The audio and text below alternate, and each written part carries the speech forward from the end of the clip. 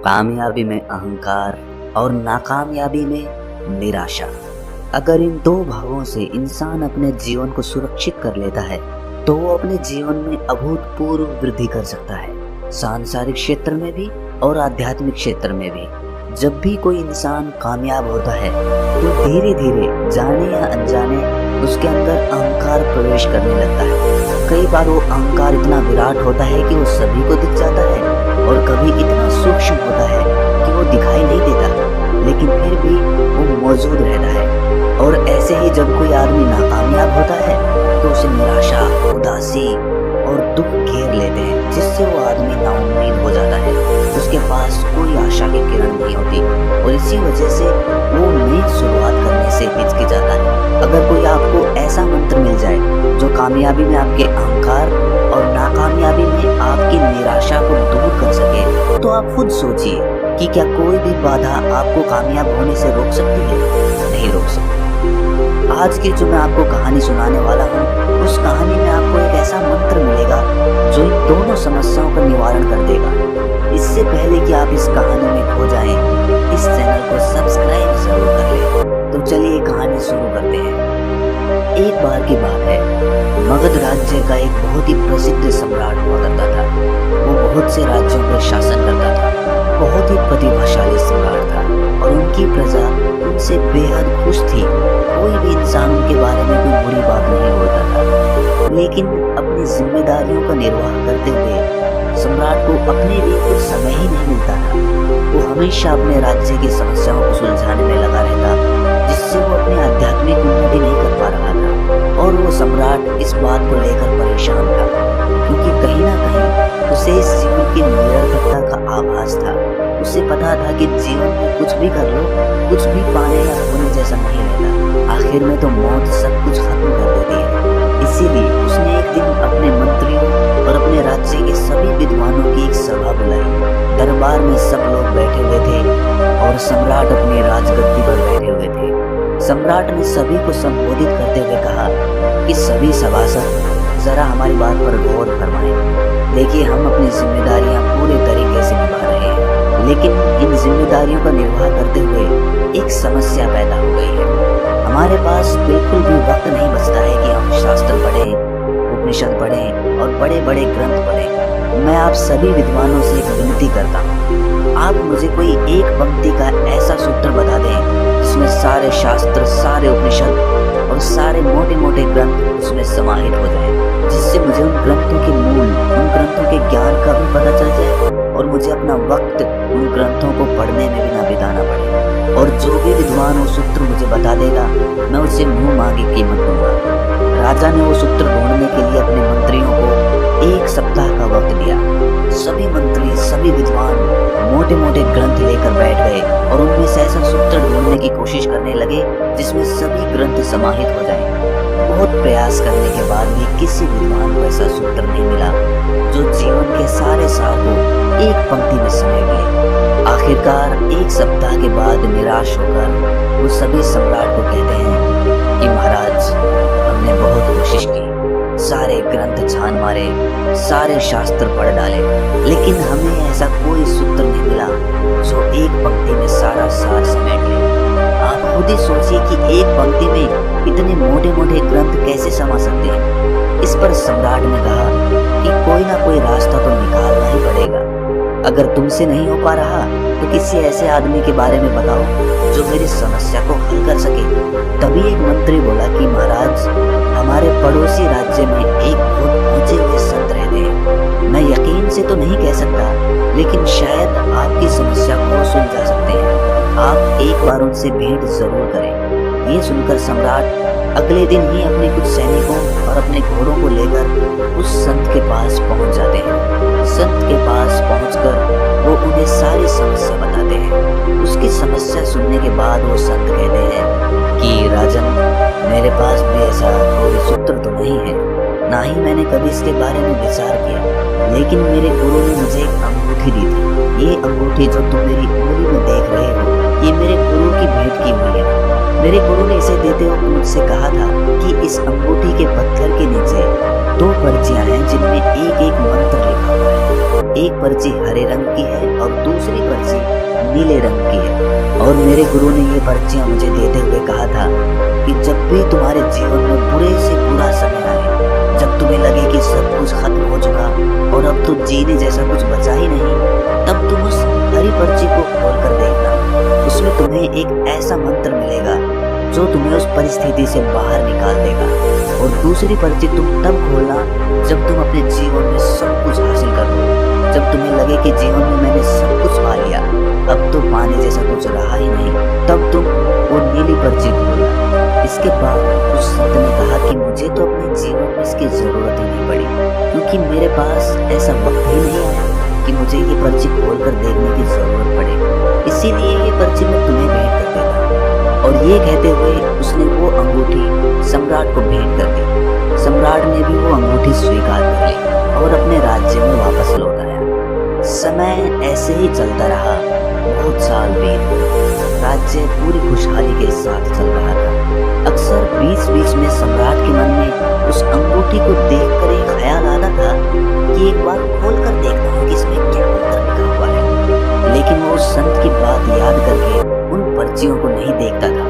वो सोचता था कि कहीं मैं अभी इनको खोल दूंगा तो इनका मंत्र निष्फल हो जाएगा।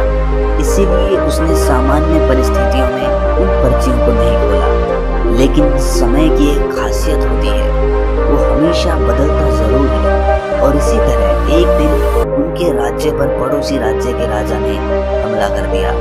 सम्राट ने अपने सैनिक बलों के साथ डटकर उनका मुकाबला किया, लेकिन उनकी सेना बहुत बड़ी थी, जिसकी वजह से राजा को हार का सामना करना पड़ा। हारने के बाद उसका राज्य तहस नहस हो गया। सारे घर बर्बाद हो गए और बहुत सारे सैनिक मारे गए। आखिर में राजा को अपनी जान बचाने के लिए अपने कुछ सैनिकों के साथ वहां से भागना पड़ा। राजा का परिवार भी इस युद्ध में खत्म हो चुका था। अब राजा केवल अकेला बचा था और वो अपनी जान बचाने के लिए पहाड़ियों के रास्ते से भागना शुरू कर देता है। साथ में उसके कुछ सैनिक भी होते हैं, लेकिन कुछ समय बाद सैनिक भी उसका साथ छोड़कर भाग जाते हैं, क्योंकि उन्हें लगता था कि दूसरी सेना के जो सैनिक उनका पीछा कर रहे हैं वो राजा को मारते वक्त तुम्हें भी जिंदा नहीं छोड़ेंगे। और यही सोचकर वो सैनिक अपने राजा को, अपने सम्राट को अकेला छोड़कर वहां से भाग जाते हैं। अब राजा अकेला रह गया था, कोई उसका साथ देने वाला नहीं था। वो दुर्गम पहाड़ियों पर अकेला अपने घोड़े पर सवार होकर उनको पार करता हुआ छुपता छुपाता आगे चला जा रहा था। लेकिन दूसरी सेना के सैनिक किसी भी कीमत पर उसको ढूंढकर मार देना चाहते थे और पीछा करते हुए वो उसके बहुत करीब पहुंच चुके थे। तभी राजा को उनके आने की आहट मिली। राजा तुरंत अपने घोड़े से उतरकर वहां पर कुछ झाड़ियों में छुप जाता है। राजा जब झाड़ियों में छुपा हुआ था तो उनके कदमों की आहट से राजा का दिल सहम जाता था। तभी झाड़ियों में छुपे हुए राजा को उस अंगूठी की याद आई और उसने छुपे छुपे ही उस अंगूठी के ऊपर वाला पत्थर निकाला और उसमें से हरे रंग की पर्ची निकाली जो संत ने बुरे वक्त के लिए बताई थी।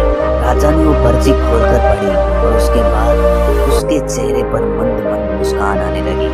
उस पर्ची में लिखा था कि ये वक्त है, ये भी बीत जाएगा। ये मंत्र पढ़ने के बाद उस सम्राट के मन को हिम्मत मिली और वो वहीं पर छुपा रहा। पूरी रात ढूंढने के बाद जब सैनिकों को सम्राट कहीं भी नहीं मिले तो वो वहां से खाली हाथ लौट गए। इसके बाद अगले दिन सुबह सम्राट उन झाड़ियों में से निकल कर आता है। ये मंत्र उसे बहुत ही सार्थक लगा कि वक्त है, ये भी बीत जाएगा। और इससे उसे बहुत हिम्मत मिली और उसने अपनी बची कुची टुकड़ी लेकर फिर से अपनी सेना तैयार की और कुछ समय बाद अपने पड़ोसी राज्यों से मदद लेकर उसने अपनी दुश्मन सेना पर हमला कर दिया। उसने पूरी हिम्मत के साथ वो जंग लड़ी और आखिर में वो जंग को जीत गया और उसे अपना राज्य फिर से वापस मिल गया। अब फिर से राजा के वही दिन वापस आ गए थे, बल्कि वो उससे भी ज्यादा प्रसिद्ध हो गया था, क्योंकि उसने एक छोटी सी टुकड़ी के साथ एक बहुत बड़ी सेना को हरा दिया था, जिससे पूरे देश में उसकी प्रसिद्धि, उसकी प्रतिष्ठा पहले के मुकाबले कई गुना ज्यादा बढ़ गई थी। और अब अब उस सम्राट को लगने लगा कि मैंने अपने जीवन में सब कुछ फतेह कर लिया। अब जीवन में कुछ भी पाने जैसा नहीं रहा, सब कुछ मैंने भोग कर देख लिया। तभी उसे उस अंगूठी की फिर से याद आई और उसे याद आया कि संत ने कहा था कि इसमें जो नीली पर्ची है उसे उस वक्त खोलना जब तुम्हारे पास सब कुछ हो, जब तुम्हें किसी चीज की कोई इच्छा ना रह जाए और जब तुम्हें लगे कि तुमने सब कुछ हासिल कर लिया हो। ये सोचकर उसने उस अंगूठी का पत्थर हटाया और वो नीले रंग की पर्ची निकाली।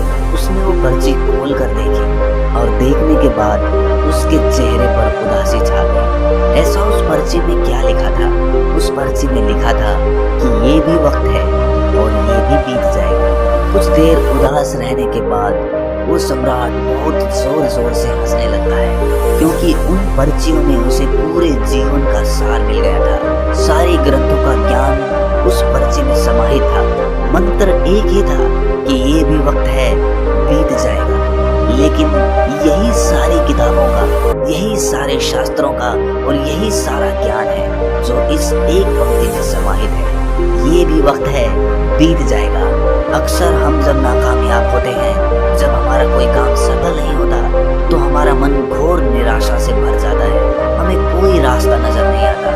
लेकिन अगर ऐसे वक्त में भी आदमी ये मंत्र याद रखे कि ये भी वक्त है, बीत जाएगा, तो वो इंसान कभी भी हिम्मत नहीं हार सकता और ना ही उदासी उसे कभी घेर सकती है। ऐसे इंसान फिर से नई शुरुआत करते हैं और जीवन में आगे बढ़ते हुए सफलता हासिल कर लेते हैं। लेकिन सफलता हासिल करने के बाद भी उन्हें अक्सर अहंकार आ जाता है। मन अहंकार को पकड़ ही लेता है। लेकिन अगर ऐसे वक्त में भी इंसान इस मंत्र को याद रखे कि ये भी वक्त है और ये भी बीत जाएगा, तो उस इंसान को सफलता में भी अहंकार नहीं मिलेगा। और इस एक मंत्र के द्वारा इंसान अपने आप को सुख और दुख, कामयाबी और नाकामयाबी, इन दोनों चीजों के पार उतार सकता है और जीवन की निरर्थकता को समझ सकता है। आखिर में तो दोस्तों जीवन निरर्थक ही है, क्योंकि मौत सब कुछ खत्म कर देती है। आखिर में कुछ भी नहीं बचता। आपका शरीर भी यही छूट जाता है, इसके द्वारा कमाई हुई चीजें भी यही छूट जाती हैं। और जब आपको अपने जीवन की निरर्थकता का आभास होने लगता है, तो आप जीवन की सार्थकता को जानना चाहते हैं। तब आप वो जानना चाहते हैं जो शाश्वत है और जो मृत्यु के बाद भी तुम्हारे साथ रहता है। वहीं से सत्य की खोज शुरू होती है और वहीं से ज्ञान का मार्ग खुलना शुरू होता है। तो दोस्तों, कैसी लगी आपको ये कहानी? कमेंट सेक्शन में जरूर बताना, और अच्छी लगी तो इस चैनल को सब्सक्राइब करना मत भूलना। तो मिलते हैं अगली कहानी में, तब तक के लिए अपना ख्याल